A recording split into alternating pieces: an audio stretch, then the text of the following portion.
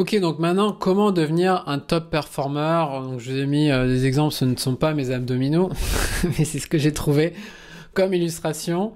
C'est important d'avoir les bonnes compétences, mais il faut aussi être un bon performeur. Et pour ça, je voulais revenir déjà sur, voilà, il y a une partie management d'expertise. Je voulais surtout revenir déjà sur la partie compétences.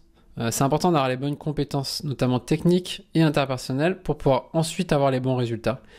Et voilà, il faut à la fin, si vous voulez clairement devenir un top performer, il faut être bon. Il faut avoir en gros une supply chain qui soit rentable et durable.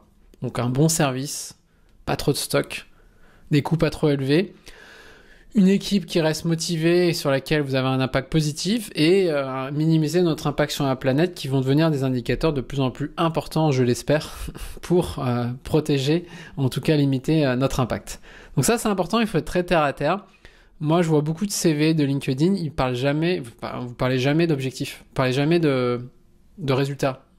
Qu'est-ce que vous avez amélioré? Vous allez voir sur mon profil, moi j'ai réduit des stocks de plusieurs centaines de millions d'euros, les coûts, j'ai amélioré les services et je suis très précis. Et souvent les gens ne sont pas précis. Et donc à la fin, ils s'étonnent de ne pas avoir de promotion. Il faut être précis. Et ce qui est important aussi, c'est ce que j'appelle la matrice de ressources humaines, qui est très classique, que j'utilisais pour aussi évaluer mes équipes. Il y a deux sujets, il y a la performance et la potentialité. La performance, c'est là. C'est en gros, est-ce que vous avez des bons résultats? Est-ce que quand on vous dit, ok, cette année, tu vas réduire les stocks de 10%, est-ce que vous faites ça? Ou le niveau de taux de service? Ça, c'est en gros, voilà, quelqu'un qui est bon, déjà, c'est une bonne chose et souvent, il va avoir des bonus par rapport à sa performance. Ensuite, il y a la potentialité. C'est qu'est-ce qu'il peut faire dans le futur? Est-ce que, voilà, Edouard, il a la potentialité d'être le futur leader ou expert de l'entreprise? Moi, j'étais surtout un potentiel au début. J'avais pas encore prouvé mes résultats. Un peu énigmatique parce que j'avais pas une bonne communication. Ils avaient eu du mal à me placer. Est-ce que j'allais être un manager ou un expert? Et en gros, moi, petit à petit, j'ai développé mes compétences techniques. J'ai eu des résultats. Et à la fin, dans mes entreprises, notamment chez Decathlon, je suis... ils le disent pas souvent parce qu'ils veulent pas qu'on prenne le melon. Mais... j'ai été identifié comme à la fois top performer et potentiel, c'est-à-dire que j'avais la potentialité de devenir l'un des experts et leaders de l'entreprise, d'abord expert puis leader, et ce qui m'a permis d'avoir des augmentations plus importantes de salaire, des plus gros projets et plus d'opportunités, notamment j'ai eu le choix d'être expatrié, et comme j'étais un potentiel top performer, j'ai pu même choisir le pays dans lequel je pouvais être expatrié. Ce qui en gros,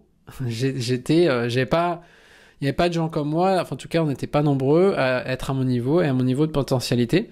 Donc gardez cette matrice en tête. À votre avis, vous êtes où aujourd'hui? Vous êtes un performeur? Vous êtes un potentiel? J'espère que vous n'êtes pas là parce que si vous n'avez pas de performance et que vous n'avez pas de potentiel, pour moi vous ne devez pas rester où vous cachez. Mais comme vous vous formez à mon avis, vous n'êtes pas du genre à vous cacher. Mais en tout cas pour moi, une entreprise qui veut rester performante doit licencier ces personnes-là, parce que on n'est pas des entreprises à but non lucratif et à un moment, il faut avoir des personnes qui sont performantes. Et c'est important aussi d'avoir des personnes qui ne sont pas potentielles. C'est important d'avoir des personnes fiables qui vont rester longtemps avec un bon niveau de performance. Si on n'a que des futurs leaders, on n'a pas d'équipe stable, mais retenez ce schéma-là en tête qui est important et essayez d'avoir à la fois la performance et la potentialité avec la mise en place de bons outils, de bonnes méthodes et aussi la mise en compétence, la montée en compétence avec les bonnes compétences que j'ai citées bien avant. Donc voilà, si vous voulez en tout cas continuer à être dans cette voie-là, continuez toujours à apprendre, ne cessez jamais d'apprendre et d'optimiser, de mettre en place des outils, de résoudre des problèmes, j'en ai déjà parlé, de simplifier, d'automatiser.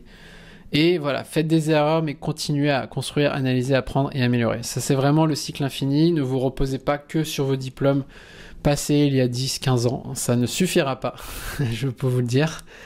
Et voilà, n'ayez pas peur aussi d'être visible dans l'entreprise. Je vois beaucoup de membres ABC Supply Chain, ils sont bons techniquement, mais ils ont peur de communiquer. Ils vont communiquer que quand il y a des mauvaises nouvelles.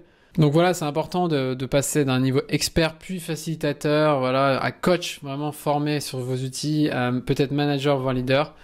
Et je redis, ne cessez jamais d'apprendre avec moi et avec d'autres. Je suis pas la seule personne ou école avec qui vous devrez apprendre, vous devrez vraiment explorer différents sujets. Et en tout cas, j'espère que ma pédagogie résonne avec vous. Soyez toujours concentrés à avoir des moments dans la semaine pour pouvoir apprendre. Et c'est comme ça que vous allez avoir l'effet cumulé que je redis souvent.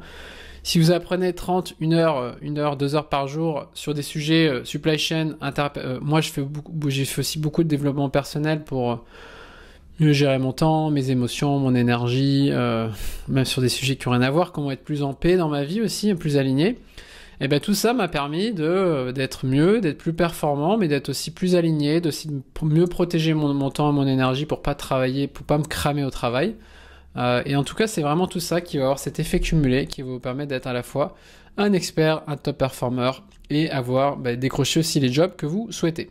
Voilà, j'espère que vous avez apprécié cette vidéo et ces conseils pour booster votre carrière. Maintenant, si vous voulez aller beaucoup plus loin sur les compétences stratégiques, eh bien, j'ai des masterclass gratuites pour vous avec des outils concrets que vous pouvez appliquer immédiatement sur la gestion de stock, sur comment mettre en place les bons KPI, les bons dashboards, sur comment générer des prévisions plus fiables avec l'expert d'Amazon, sur comment tout automatiser sur Excel et une nouvelle qui arrive sur le SNOP efficace et collaboratif.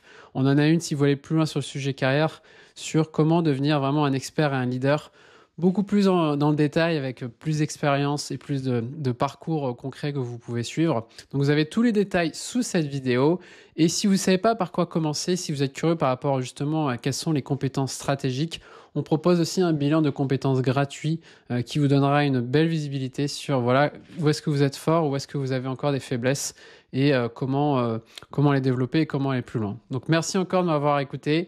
N'hésitez pas à laisser un petit commentaire, à nous laisser un petit like et à vous abonner. On a plein de contenus qui arrivent et ça nous aide beaucoup d'avoir vos retours et vos feedbacks pour pouvoir continuer à produire et à vous partager toujours plus d'outils et de méthodes concrètes. Ciao, ciao et à bientôt!